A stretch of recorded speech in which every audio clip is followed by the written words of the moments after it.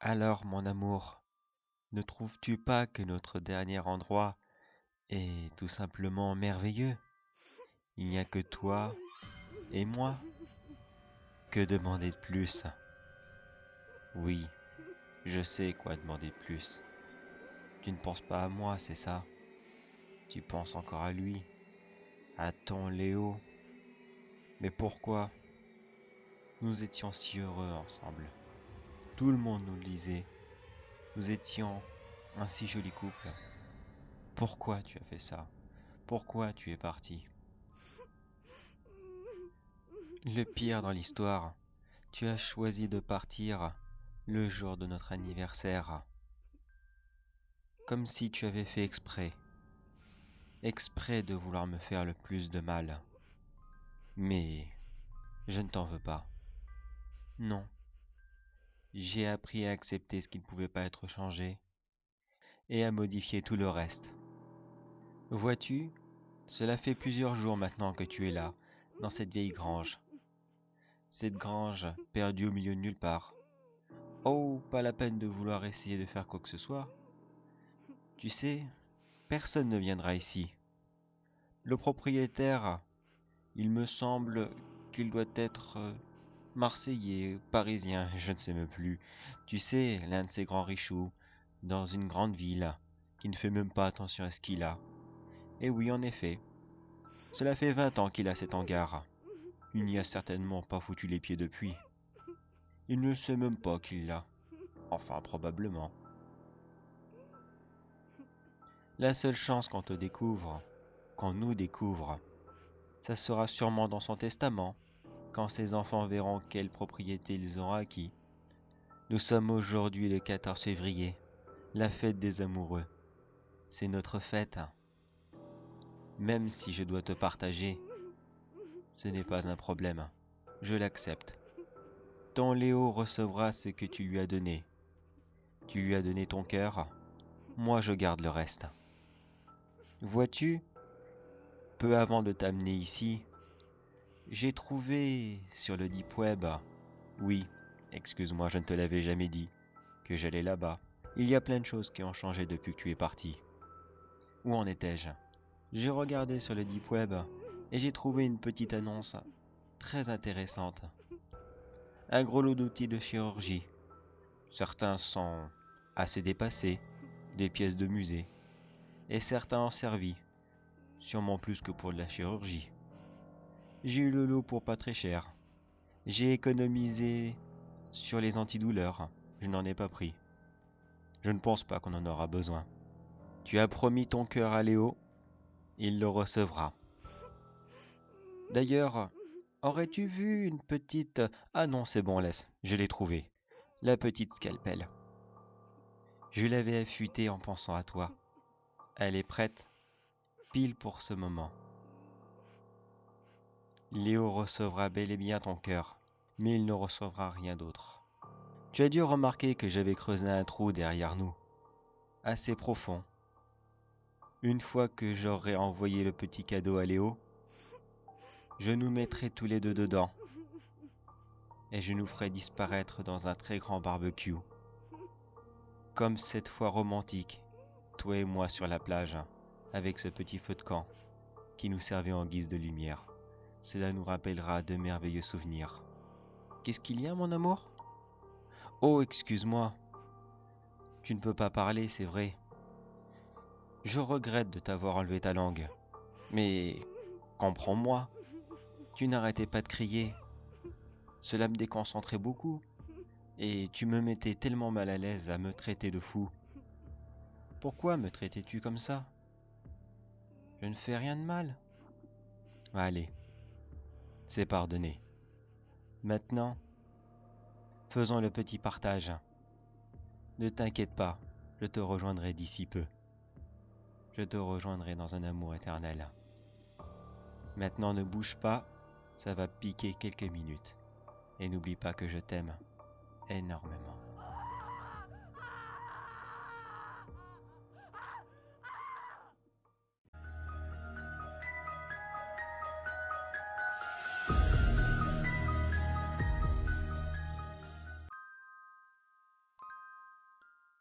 Je viens de commettre la pire erreur de toute ma vie. Une idée complètement stupide. Une erreur de jeunesse qui me coûtera des plus chers. Il est maintenant 5 heures du matin et cela fait plus de 2 heures que je suis enfermé dans ma salle de bain. Tout a commencé dans les alentours de 3 heures. Je voulais me lancer dans un jeu à la mode, le Ghost Paper Challenge. D'habitude, je me serais appliqué pour mon accent, mais au point où j'en suis. Ce challenge était très simple. Il faut simplement prendre une feuille de papier et un crayon, attendre les alentours de 3 heures du matin, l'heure maudite, écrire n'importe quelle question et placer la feuille de papier avec le stylo sous une porte et qu'elle ait la place de circuler pour que le démon, s'il est là, puisse répondre à ma question. Pour l'appeler, toquer 3 fois et attendre la réponse. Je me suis mis dans ma chambre et depuis la porte qui amène au couloir, j'ai commencé à lancer le jeu. J'ai attendu comme ça une bonne trentaine de minutes, avec une simple question, es-tu là? N'ayant aucun résultat, je me suis découragé. J'étais fatigué de toute façon. J'ai décidé d'aller me coucher. Je suis resté dans mon lit pendant une dizaine de minutes. Trop déçu de mon échec, j'ai voulu recommencer. Mais cette fois-ci, j'ai essayé sous mon lit. On m'avait parlé que souvent il y avait des résultats avec le démon sous le lit. Des fois ça marche avec la porte, et des fois le lit. La porte a échoué, autant essayer l'autre. Je n'ai pas pris une nouvelle feuille de papier. J'ai tapé sur les bords de mon lit, ne sachant pas où taper d'autre, et je l'ai posée, la regardant fixement, attendant un résultat. C'est au bout de 5 minutes qu'elle est partie, extrêmement surpris d'avoir assisté à cela. Elle a lentement glissé sous le lit et a disparu de mon champ de vision. J'ai entendu quelques bruits de griffonnage, puis elle est réapparue, au bout d'une vingtaine de secondes. Il y avait simplement écrit « Oui, je suis là ». J'ai à moitié hésité à la ramasser. J'avais tellement peur que cette chose soit là et qu'il m'attrape, mais je venais déjà d'avoir un résultat. Ça aurait été idiot de s'arrêter là. J'ai pris tout mon courage et j'ai attrapé la feuille. Les mains tremblant, j'ai écrit une autre question. Qui es-tu? J'ai littéralement jeté la feuille par terre, faisant en sorte que le stylo atterrisse dessus, et j'ai de nouveau attendu. La feuille est partie beaucoup plus vite pour le deuxième coup. Je n'ai attendu que 10 secondes pour avoir une réponse. Il m'a répondu « Un visiteur ». Un peu plus en confiance que tout à l'heure, j'avais réussi à m'auto-convaincre que ce visiteur ne me voulait pas de mal. Sinon il l'aurait déjà fait. J'ai donc attrapé plus sereinement la feuille. J'ai posé une troisième question. Que veux-tu? J'ai déposé délicatement la feuille ce coup-ci, et j'ai attendu la réponse. Elle est venue aussi rapidement que la deuxième. J'ai en gros écrit « Toi ». Mon cœur a fait un demi-tour dans ma poitrine, et j'ai eu un énorme coup d'adrénaline. Je ne savais pas quoi faire. Continuer à lui poser des questions? Me sauver? Pour aller où? Il m'aurait sûrement attrapé si j'aurais posé le pied par terre.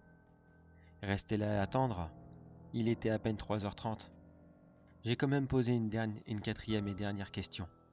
Je lui ai écrit « Puis-je te voir ?» J'ai cette fois-ci relancé la feuille, étant beaucoup moins sûr de moi. La réponse? Non. J'étais extrêmement inquiet. Cette fois-ci, j'avais compris qu'il n'était pas là pour me faire du bien. Je suis resté comme ça une bonne vingtaine de minutes dans mon lit, à faire le pour et le contre d'essayer de partir ou pas. Mais au bout d'un moment, je me suis souvenu que c'était mon grand frère qui m'avait parlé de cela. Je me suis dit, c'est sûrement lui sous le lit. Peut-être qu'il me fait une blague depuis le début. Pour moi, cela était logique. J'ai donc décidé de passer la tête sous le lit, pensant voir mon frère se mordant les lèvres pour s'empêcher de rire, mais qui n'attendait que de se foutre de ma gueule, en voyant la peur sur mon visage. J'ai donc pris mon courage et regardé. J'y ai vu une affreuse créature. Je ne saurais même pas la décrire tellement sa laideur était impressionnante. Il était là, me regardant avec ses grands yeux vides et avec son énorme sourire. Il commença à tendre la main dans ma direction. J'ai juste eu le temps de remonter la tête et de me mettre dans le coin de mon lit, appuyé contre le mur. Je ne savais pas du tout quoi faire. Je savais que ma porte n'était pas verrouillée. Si j'attendais là, il allait sûrement sortir et m'attraper. Je sentais qu'il bougeait de plus en plus sous mon lit. Peut-être n'allait-il plus avoir de patience d'attendre et qu'elle allait sortir. Qu'est-ce que je pouvais faire contre lui? J'ai pris mon courage J'ai sauté hors de mon lit.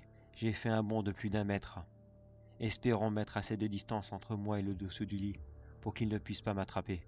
J'ai réussi et couru vers la porte de ma chambre. J'ai attrapé la poignée de toutes mes forces et juste avant de la tourner, je vis une feuille passer sous la porte avec en gros écrit « Je suis aussi derrière ». Comprenant que je ne pouvais absolument pas sortir, mais j'entendais la chose derrière moi qui commençait à sortir, tout en poussant un énorme cri qui me glaça le sang. J'ai immédiatement tourné la tête en direction de la porte de ma salle de bain.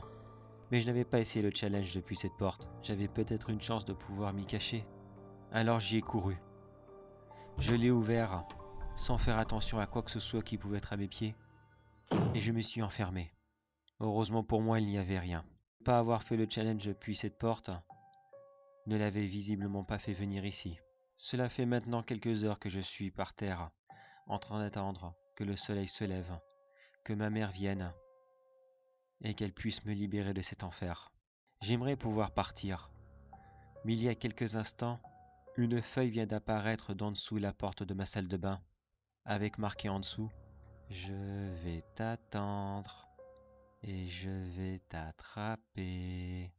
Je poste ce petit message sur tous les groupes, réseaux sociaux et autres sites que je connais où quelqu'un pourrait essayer de me répondre. Ou alors, s'il vous plaît, essayez le Ghost Paper Challenge. Essayez-le rapidement.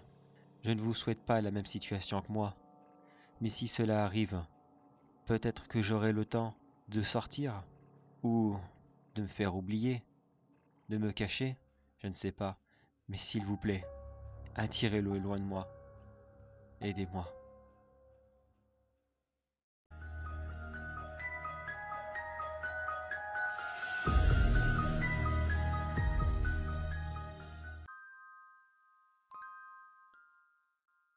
Connaissez-vous l'histoire du petit chaperon rouge? Bien sûr que oui, tout le monde la connaît. Mais connaissez-vous la version oubliée du grand public? La version plus réaliste, comme je l'appellerais. Alors, laissez-moi vous raconter. Cette version commence de la même façon que la version d'origine.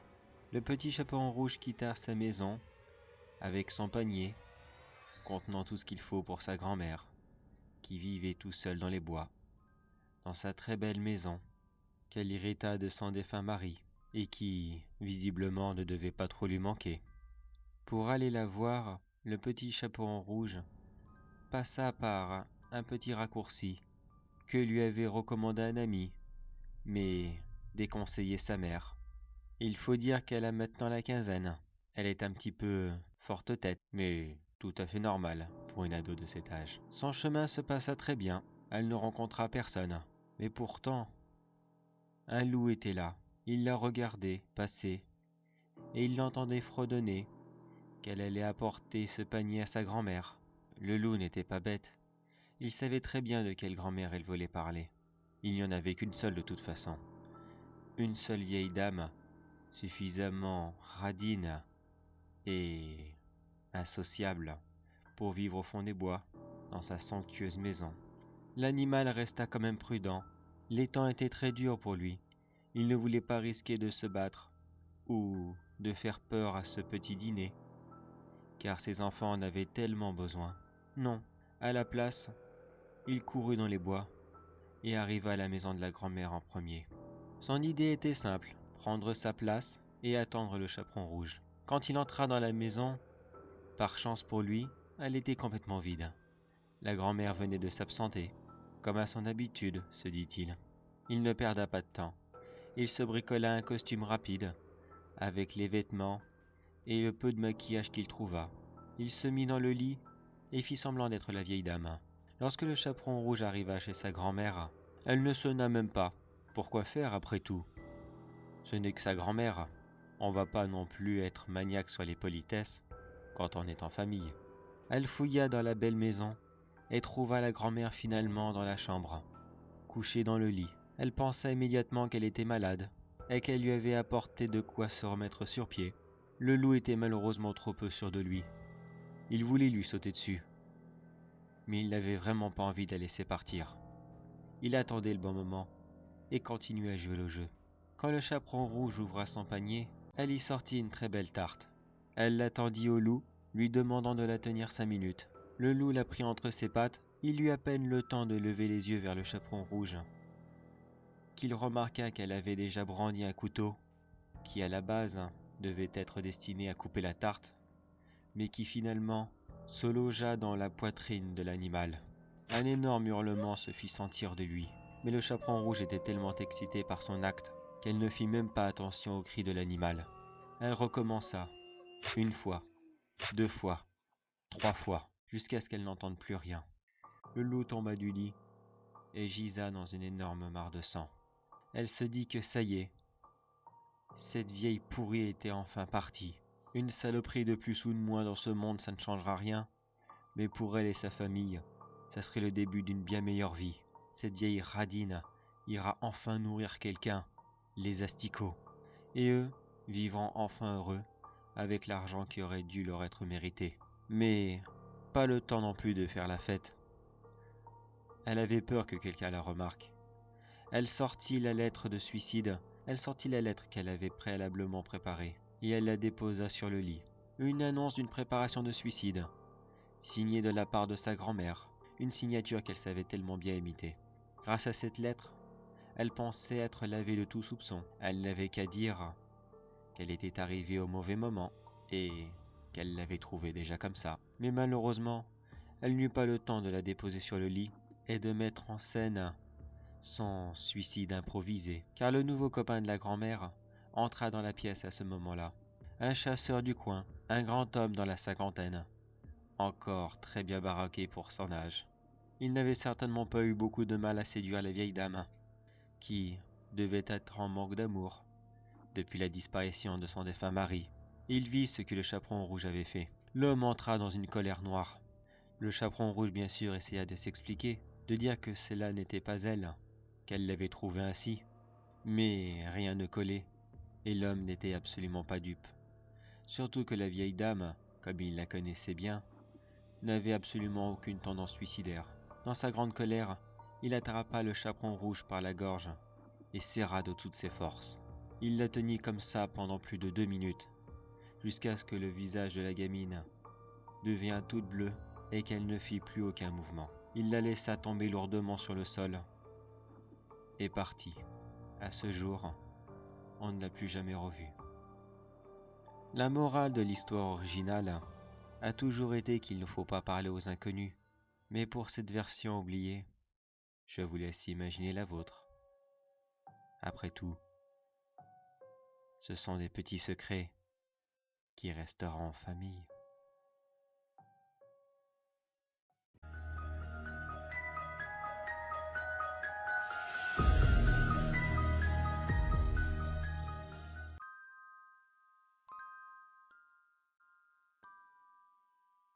Je suis seul chez moi depuis je ne sais même plus combien de temps maintenant.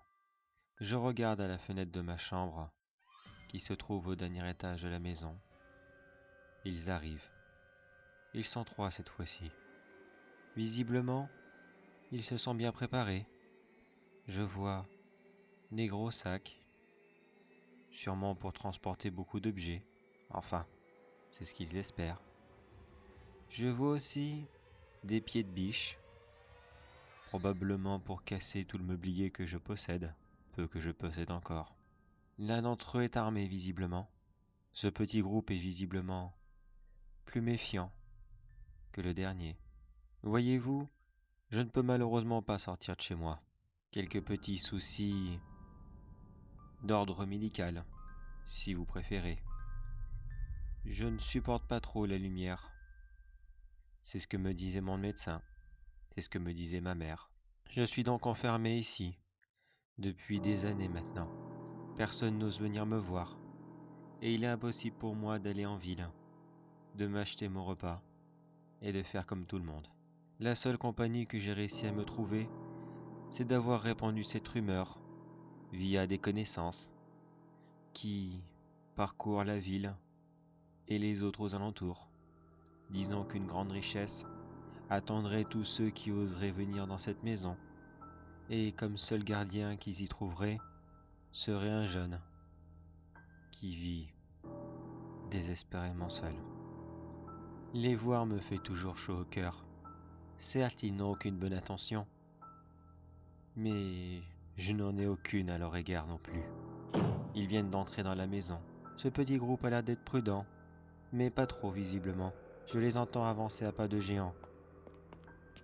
Peut-être m'ont-ils vu à ma fenêtre, depuis l'extérieur. C'est vrai que je n'étais pas très discret cette fois. J'avais peut-être envie qu'ils me trouvent, plutôt que d'habitude. Je les entends monter l'escalier. Il ne faudra pas longtemps avant qu'ils me trouvent. Je ne cesserai jamais de me demander que pouvait-il imaginer en arrivant ici? Une très grande quantité d'argent? Du mobilier hors de prix? Des tableaux signés de la main de Picasso? Ou de Monet? Malheureusement pour eux, en réalité je ne possède rien de tout ça. Le seul trésor que je possède ici est cette horrible maladie que je ne partage à personne. Cela est un fardeau que je garde avec moi et que je vais devoir garder avec moi pour l'éternité. Ils approchent. Je les entends marcher dans le couloir. Il faut dire qu'ils tombent bien, ces trois-là.